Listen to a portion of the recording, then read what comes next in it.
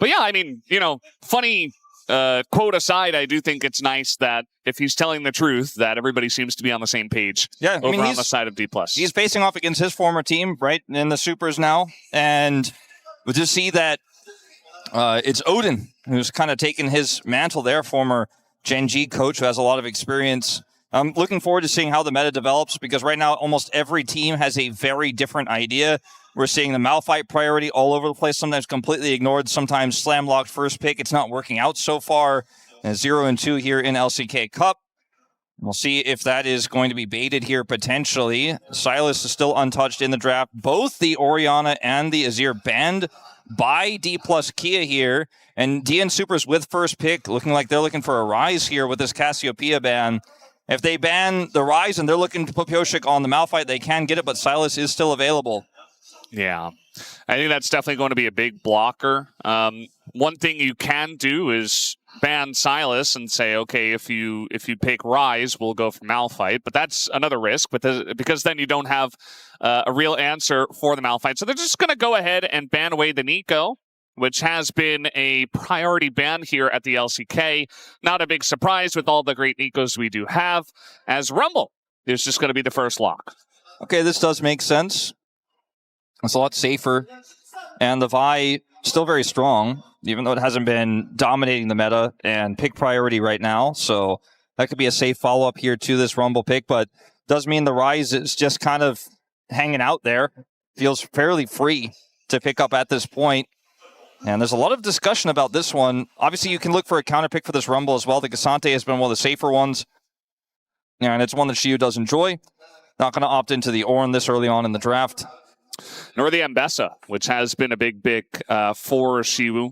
Just electing not to play that into the Rumble can be a bit iffy, especially early on before you get your Eclipse. And the Rise is definitely kind of the elephant in the room. I think you do have to pick it. Showmaker's fantastic at it, so just go ahead and slam lock that one in. I mean, when you consider the Cassiopeia is banned by the DN SOOPers, and then the Azir and Orianna are already taken away, it looks like they just wanted to play Taliyah here.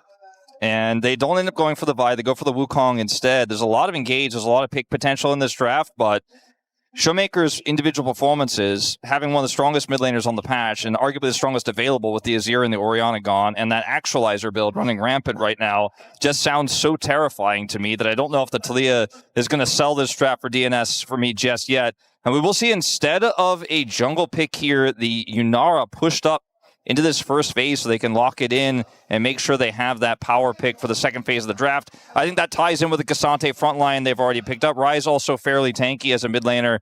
And so they have a lot of damage output. They've got a good front line here. The DNS draft, on the other hand, a lot more pick and engage based. Yeah, I definitely like that idea. Could have gone ahead and picked Malphite and then banned Silas, but, then they would have to play Silas as a support or something like that, so it could have gotten a little bit iffy, but they're just going to avoid the Malphite entirely, as might be one of those drafts you were talking about, Wolf, where they just do that on both sides. As Varus going to be banned away, try to make this lane a little bit easier for Smash on the Yunara. Jarvan ban screams Sivir pick here. Jarvan the third or Jarvan the fourth? Oh, don't do it to me, Valdez. Jarvan the fourth. I was just curious, Yeah, no, the fourth. Okay. The fourth. All right, yeah, that's the one. That's the one they banned. And what happened to the third again? Sion. No, it got assassinated by Katarina. Oh, that's right. Yeah. Sion was the second one. I thought that was the first one. I don't know. I don't know the lore. Don't do it to me, Valdez. I don't know the lore either, but I do remember that segment with Decon. I'm trying to forget. Okay, so they banned Varus and Jhin, and the Sivir is still out there. It could be the pick that Duckdom is looking for here. We haven't really seen it too much in this region, but it is one that is very powerful right now, scales incredibly well. It gets a lot of value out of the changes to the AD carry role in general, and the wave clear is insanely powerful. Nautilus ban means, though, that I might be looking for something else entirely here, like a Zeri. Just fight fire with fire. We did see Nautilus jungle just yesterday, so even a double target ban against support and jungle could be something that Lucid was considering. You also have lanes like Lucian Braum that are good combos. Braum very strong. Bard also very strong. I am curious if Life would elect to go towards that as Ambessa, even though jungle. They are on blue side here. they do have the counter pick for support. So they're not going to lock in something like an Alistar here. They're going to wait and see what the bottom duo is here. And it's going to be a Corki lane for DNS. This Corki Nami that has been popped up a little bit. It was Gen G who played this last with Ruler and Duro. And even though it's considered to be stronger with the Lucian pick, I think the added safety you have with the Corki's Valkyrie, which is a little bit easier to get away than the dash from Lucian, feels incredibly strong. He spikes really well on 2 items in this patch where you get a lot of gold generation. And Lulu is going to be a consideration here for career Enchantress support that will be able to go toe-to-toe in lane and gives this Yunara a lot of power. They do have that additional engage. Oh, they're going to flip the switch? No. I was going to say, look, I mean, the Lulu gives you a lot of engage on top of the fact that you have this Ambessa. Like, the Ambessa goes in, then you wild growth the Ambessa, and it's difficult to get away from her, and she can kind of skip the front line of the Wukong as well. So when you have that wild growth and you have the laning power there, the scaling of this draft here for Dplus Kia is kind of insane. And because they get this Lulu through instead of something like a Nihilus, I don't think they were really planning on playing. They were considering, an Alistar counterpick, but they end up seeing the Nami. They're like, all right, we go Lulu. They got lane power, so it's not like they're going to roll over into this Corki lane early, and they have scaling. DNS are going to have to be super proactive on the map. They're going to have to use this Taliyah incredibly aggressively. The Wukong can set up the Rumble for success in early team fights as well with the Equalizer, but it's going to be all about those combos because I do think they have some scaling elements here, but overall, the edge goes on the other side here to Dplus in that regard. Yeah, I would have to agree. I think especially when you got a guy like Smash on Yunara, it's kind of hard to bet against him, especially with the draft that's very much crafted around him. And you got such comfort with the Rise for Showmaker. It just feels like, they're taking all the boxes over there. Obviously, DNS's comp also very strong, but yeah, I gotta side with the DK comp for this one. This is very powerful, very straight up focus on Showmaker, who has been their best performing player so far this tournament. Yeah, he's been fantastic. We'll see if he can continue with that streak of fantastic miss as we do hop onto the Rift here for game number 1 between Dplus Kia and the DN SOOPers.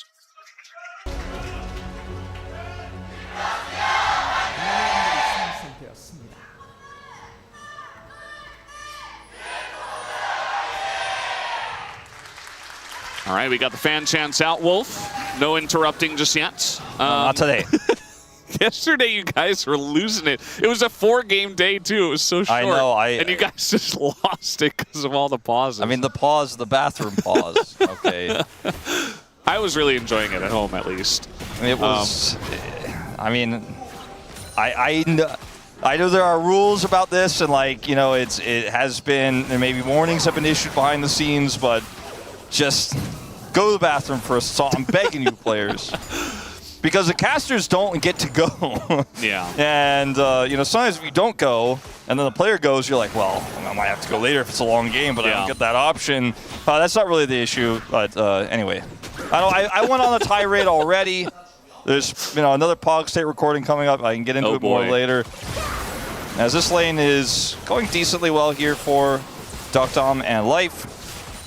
The Aerie taken on both Enchanters here as a heal will be used for tempo to get level 2. Yeah, looks like they were going to hit it, and Career just kind of wanted to get in there and do a little bit of an extra poke and pressure. Lucid does not know that his jungle has been stolen. We do have Pioshik in his jungle, and just avoiding the ward entirely has been able to steal quite a lot, the Red and the Raptors. Now we got to trade in the bottom lane, and guess who's here? It's the guy who stole the jungle, Pioshik. Coming on in, Life is getting low, but Smash is going to be the first to fall. First blood given over to Duckdom, and now Career in a bunch of trouble, has to flash away, but Pioshik is looking for it. One more auto, and the red buff ticks away. It's 2 kills for DNS already. Yeah, the red buff there, a big problem. He stole it away. He's got it available, and just a miscalculation. There's just no information about where Pioshik was. His early pathing really messing up the game plan for Smash and Career because they were trying to get the tempo lead. They got level 2 first. They used the heal for that advantage. I mean, these tiny micro advantages are all what this bottom lane is about right now. We saw yesterday, the early heal at level 1 to try to just survive in lane. Those small little advantages. Look at the health advantage here, right? Well, that turret shot also I didn't see happen the way it did. Definitely doesn't do them any favors here either.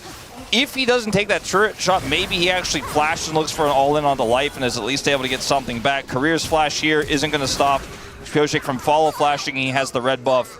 And we'll get that second kill there. Kind of a disaster here for Dplus, though, in the bottom lane to start things off. Great play from Pioshik, just completely unseen. Yeah, this is what I was talking about with Pioshik. He did look great in the series against KT, and you know, this guy is a veteran. I don't think we should hold last season against too many of these players that were on that team of DNF, because it was a horrifying season, right? It was not great, and I just think that each individual player is better than what they showed. I mean, there's a big gap in the grading scale between F and S. You know what I mean? It's massive, yeah. It's actually the biggest gap it could be. Yeah, so in terms of the naming, they're really trying to set that up, and hopefully the playback set up here too. So far, looking like a massive improvement, as Pioshik is going to continue to be a little bit annoying here. Did end up falling behind for that gank, as Lucid obviously instantly knew what happened and went over to take his quadrant around the blue buff away, so has a farm lead himself. Not a massive one by any means, though. As Rumble is doing it, Year of Doo-Doo. He is pulling it off. Yeah, it's official, 2026. And Pioshik got his red, and now he came bot. The only issue is he hit the plants, and I think maybe that was able to give him away on this one. So they were able to push in the wave mostly and just back off. They don't really have the flash on career, and got to just be careful there. Mid lane seems to be going swimmingly for both parties, just kind of farming away. Showmaker doesn't really care about a small trade. Yeah, he went Ghost, which is the new hotness on Rise. And you press your Ghost, you press your Actualizer, and you watch the health bars disappear and run really fast because you already have Phase Rush. And you're just very difficult to stop from doing massive amounts of damage. You are a true AP carry, as Rise kind of always has been. Even like Tank Rise just becomes so huge later on, but it's going to be a big problem in this game. Trying to force a trade here. Smash is doing a good job of that. Duckdom getting pretty low, but level 5 is Lucy. He's going to come in, steal the Gromp, and force Pioshik away. He's up a level with that gigantic farm lead that he does have. 20 CS ahead is Lucid. Has his ult. Like, he is so close to it. If he had anything else he could take, he would hit it. He'll get it off this dragon. It won't matter anymore for this bottom lane, but this is going to be a plate at least here with the corrosion on this turret for Smash picked up on top of the farm lead he's going to get. So we'll get that corrosion proc there, the base essentially demolish, and then we'll get the first plate. So a lot of progress towards his quest, not to mention the gold that'll go over with it. They'll get this dragon, and as long as Lucid hits a smite button on this, should hit level 6. So this is a really nice start here on the bottom side, or I shouldn't say start, but comeback, so to speak. Big turnaround there for Dplus. And the gold lead, not as big as it once was for Duckdom.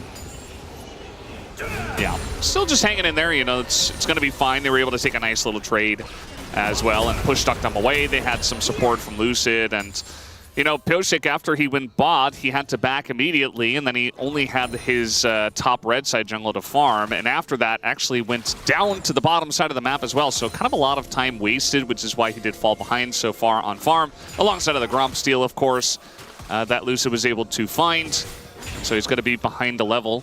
Wukong definitely wanting those levels, but still at least able to put the bot lane ahead. His bot lane ahead, I should say. As Duckdom on Corki is, you know, we haven't really talked too much about it, but Duckdom very quietly has been just really awesome and was a big part of the reason why KT Rolster was able to make Worlds Finals and KT were able to have that run. Some would say he was elite. Some former members of the LCK broadcast doubted that. Yeah. And no longer with us. Yeah. As Pioshik is going to come down here again. He now has his level 6. He's got his bottom duo with him. This is a favorable position for them. Lucid obviously knows about this, but they just don't have damage to challenge. It's just going to be Pioshik also has smite advantage, taking this away. Yeah, nice smite timing. He's able to get that one going. The slows do come in, but Smash, I think he was holding a wave under his turret, so he was just farming that and couldn't really force a 3v3 in their own jungles. Yeah. Nice read by DNS to pick up the red.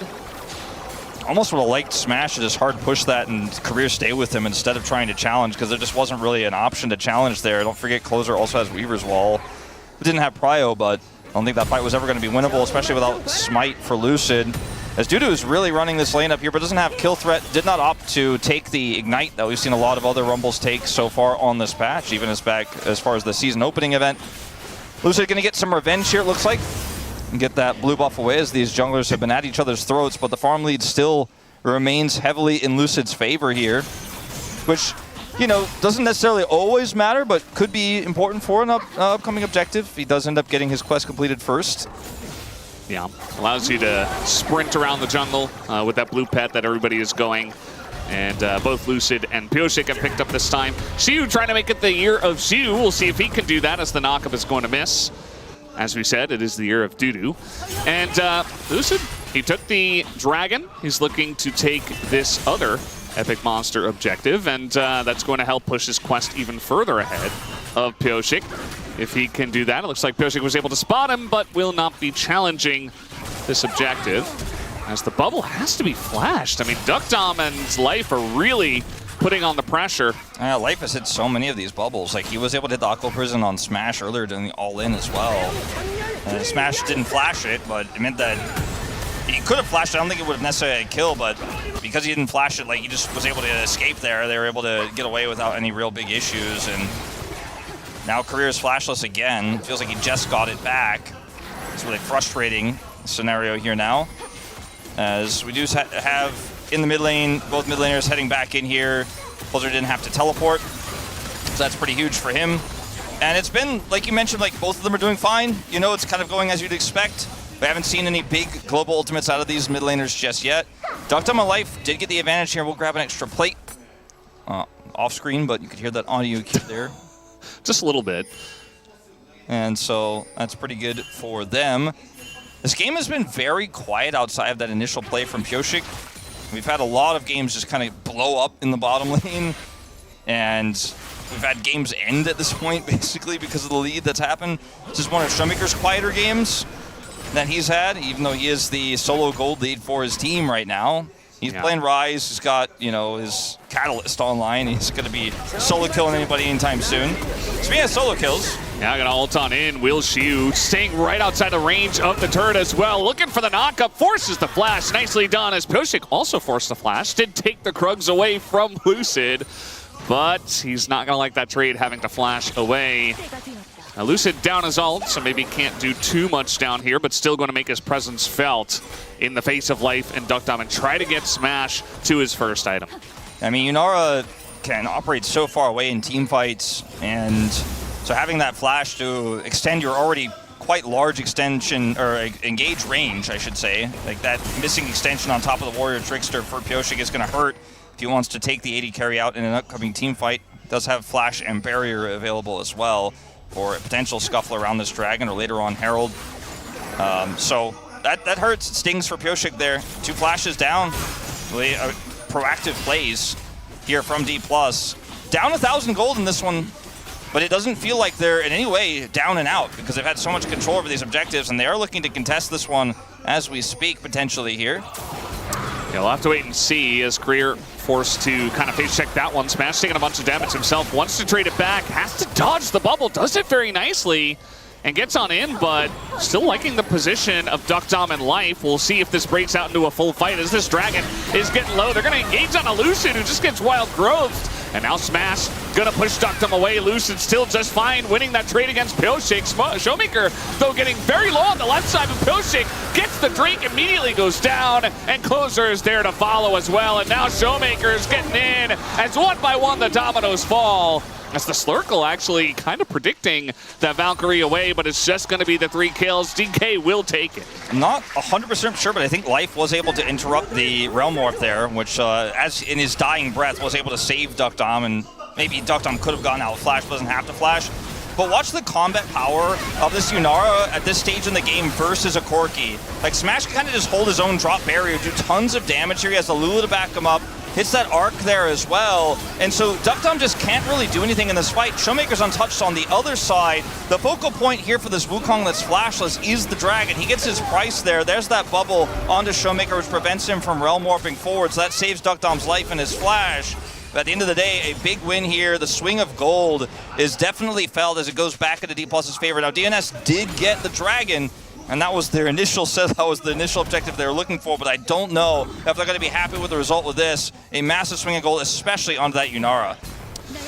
Yeah, a couple of kills going to Smash. One did go over to Lucid, who I believe did have his Eclipse done for that fight. I'm not sure if Pioshik did, but we'd have to go back and check the item spikes to know 100%. And yeah, it just felt like they were sustaining a bit more. That extra bit of damage from the Unara was just a little bit too much, and it does feel like Showmaker was able to do a bit more sustained damage than the Taliyah as well. And Pioshik also kind of had to overextend just a little bit to try to get the Drake and put a lot of damage into the Drake to try to last hit it, so he didn't have that for the champions instead. Just a lot of little things, and DK did get ahead because of that.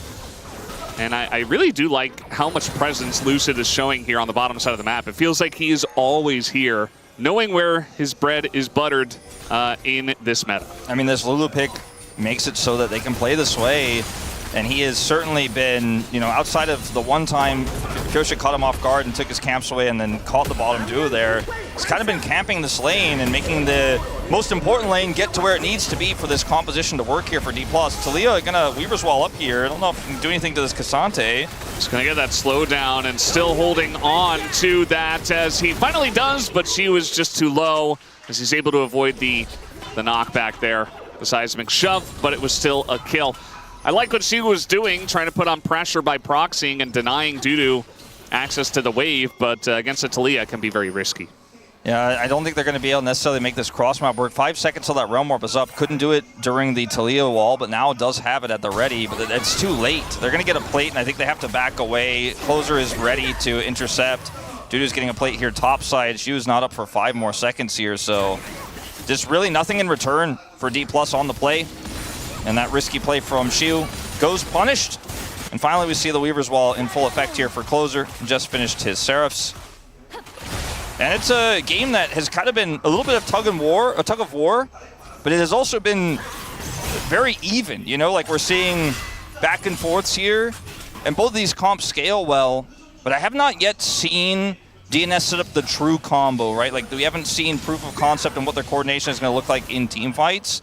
Because they've kind of done everything else that they want to do with this comp really well. Pioshik's early game was fantastic, but when we get to a certain point, the Unara is just too big to fail. As Lucid is going to look for an angle here. Lucid's so fast, sprinting out of the jungle, just able to get in his face. As now they're trying to turn onto Life, who is in a bunch of trouble. Pioshik does get here, but immediately Lucid goes in, and look how gigantic he is with the wild growth. Nobody can touch him. Pioshik just on the run. Duckdom has to flash and barrier, and Showmaker is also so fast. Movement speed is pretty huge as, yeah, he's going to deny that disengage cone and pick up the double kill. And just like that, DK find another good fight. That was pretty smart from Duckdom, knowing that maybe if he takes this angle, he could get the double cone out, but Showmaker reads it, follow flashes, super patient with his flash uses there as well. Does not let Duckdom mind game him and takes out the kill. Dudu's in a lot of trouble here. Getting ganked by a Lulu as the Glitterland slows him just enough. That really obnoxious slow, and she was going to pick up the kill as the Year of Dudu will be put on hold for now. Yeah, unfortunately, not exactly what he was looking for. Notice the 1,400 gold lead now for Smash, who does have his Fiend Hunter bolts after this play here on the top side. I mean, Showmaker gets the Realm Warp off here. Light cannot get away. There's no way to stop the ultimate there from Lucid. The Wild Growth is insane. Gives him so much sticking power here to chase down Pioshik. And then watch Duckdom. He's like, okay, if I go down here with the Valk, then I could double Blast Cone, right? Showmaker says, nope, not fast enough. Follows it there for the flash, and then unfortunately for Dudu here, he gets hit by the Q3, and Lulu is just heading straight down. He does not read this well. And it's just going to be eventually Career to come down and scoop him up. Yeah, kind of a very awkward spot for Dudu to be caught in, as he was very far down the lane and he got stuck there for so long because it is Cassante and you're going to get TC'd for basically 8 hours. So not much he could do, and eventually the Lulu gank is enough to just hold him in place for the Cassante. And yeah, I still just keep going back to thinking about this Lulu and Bessa combo that you talked about when we saw the draft. We're seeing it in action, and Lucid, he got Eclipse, and he's just untouchable. Like, the shields are insane. The Wild Growth on top of it is insane, not to mention the CC chain. I mean, think about this comp. The only bad target for Wild Growth is Lulu herself, but she could even use it as like a flash engage tool and safety. Weaver's Wall can't stop me!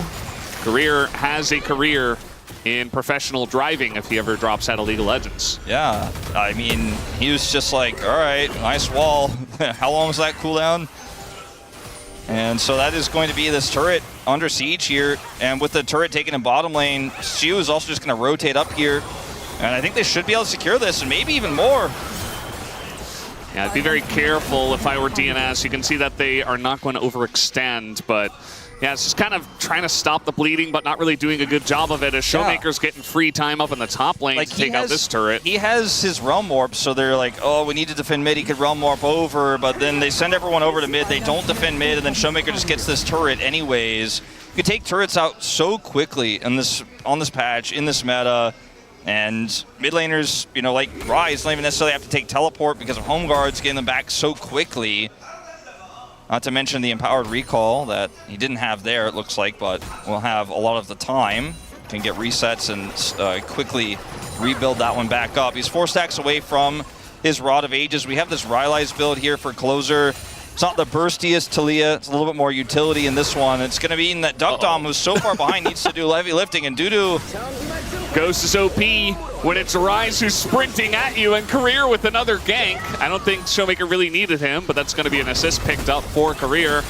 And yeah, Dudu down his flash. Thought he would be okay, but these long lanes against Rise and Cassante are just so punishing from behind. It's very difficult. I just don't know what you can do at this point to get back in the game, because your Corki is just a paperweight at this point. Your Taliyah doesn't have map control to play through. Use the Weaver's Wall to try to deny a Herald charge, which didn't even work. And now, I mean, topside is just a mess. Trying to get on top of Showmaker. He just Realm Orbs away, as you mentioned, and Lucid was right there alongside of Career, so that combo's very ready to go. Really like how Dplus Kia were able to just take a couple of advantageous fights and immediately turn this game into an almost unlosable position. Yeah, I mean, very good snowballing from them. It's really just at no cost to make these plays happen. We have this much map control, and you've already done the heavy lifting on the outer turrets. You can just commit multiple people and don't give DNS any ends. And Actualizer's on the way. Showmaker's got both components here. He just needs to finish the recipe, and then he's going to press whatever hotkey he's got that on, and the enemy champions are going to disappear. He has so much damage at this point. His Rod of Ages isn't even complete. When that hits, he's going to hit level 16. Like, look at his experience right now. He is almost level 15 already. So he'll hit 16 off the Rod, and we're going to see some big fireworks, I think, to end this game, Valdez. Yeah, it's not going to be pretty. And just now, Duckdom was able to hit his second item and upgrade it to the Muramana. So the Corki's online. Question is, it feels way too late. And the question is, you know, will it be too late? I think it definitely is. Shiu is on the bottom lane, just kind of getting plates here as well. Dudu just desperately trying to clean up the wave and stop the bleeding. Thanks for the free equalizer. He's a level up. He's had so much extra time in sides. Is Smash going to look for this all in? Or at least defend it, you could argue. Does end up dropping his barrier there, but I don't think he really cares. He's 2 levels up now on his opposition. And Career's just here with Wild Growth. Loses that ult. They're like, yeah, you want to play this fight. You think you can defend. You think you can walk through that brush. You're about to find out you can absolutely not do that. Showmaker also has his ultimate, so he can join at a moment's notice. So DNS just kind of have to sit back and like put their hands up and try to absorb the punches that are coming through here for Dplus. This really isn't a battle they can take at this point. There is no fight that makes sense for them. They just have to stave off the pressure, and they're likely just going to have to give up Soul Point here. That's the next spawning objective in 30 seconds. Baron could be on the cards here for Dplus as well, and that's where they have all of their focus right now in terms of vision control. But that Dragon, I mean, DNS have no one anywhere near. Like, they can't even imagine contesting a Dragon right now. Hey, remember that Duckdom and Life got ahead, but now it's Duckdom who's down, you know, about 1.5 levels in terms of XP value. Total gold going very much into the hands of Smash and Showmaker. Duckdom not too far behind there, but you can still feel the difference. Look at Showmaker's face. That's the face of a man who just built an actualizer and who just hit level 16.75 with his Rod of Ages. He is ready. He's like, oh, you guys think you could fight for this dragon? Let's find out how that goes for you. As, by the way, Shiu, who has teleport, is like casually just whittling away on this turret and come for a flank. This is such a difficult situation to pilot for DNS. The Weaver's Wall has to somehow cut this team in half, but they got to find a single target. Showmaker may be that target, or maybe not. Yeah, they were thinking about it. I think Showmaker's just too fast. It's really difficult to actually collapse on him without hard CC, and the only hard CC they have is Pyosik, basically. That's reliable. Yeah, I mean, so they got his ghost, and that's all they're going to get. Now they're going to try to rush this dragon down and hope that maybe Pyosik could do enough damage alone. Shiu is just waiting. He's 2 levels up. I mean, they have position on the dragon, but they are being flanked by Showmaker and Shiwu, who are just looking to break down the front door. Now, the equalizer pretty good for zoning, actually, and they get the objective bounty as well, so nicely played. DK trying to force the fight. It's not going well for them, as the kiting now is not good enough, as there's the engage, the Ambessa on the back line with that wild growth, and just like that, it's not even dominoes anymore. Everyone is just falling all at once. Dudu is down. Pyosik, will he get away? No, he will not. The flash comes in. I think that's just the game. At 24 minutes, they're going to try to push bot. Well, you know, they got the dragon. That was quite miraculous. Good job on that position on the equalizer there, Dudu. It got them the dragon, but as soon as it was gone, Smash said, I'm going in. Lucid starts it off, has that wild growth combo. Smash just follows up incredibly well. He's got his Fiend Hunter bolts at the ready. Kraken Slayer set, doesn't even need his 3rd item. Doesn't care about it. And these turrets are gonna fall as Dplus cut through like a hot knife through butter. He respawns here, but it's gonna take some heroics to defend this Nexus. They didn't really have to go for this, but I think they feel strong enough to just go ahead and send it, as now trying to kite back. Pyosik getting super low to Smash and Showmaker, and just disappears once again, and nobody has the damage to deal with Lucid, as we have seen time and time again, just endless shields. As Dudu comes in, the equalizer is there once again, but yeah, the hero Dudu once again will be delayed. Triple kill for Lucid, and that is the Nexus falling at 25 minutes. Only halfway through January. It's okay. It's still early times. To ask Degon about bro, you know, he knows it's still early times. Still a lot of scaling to be had.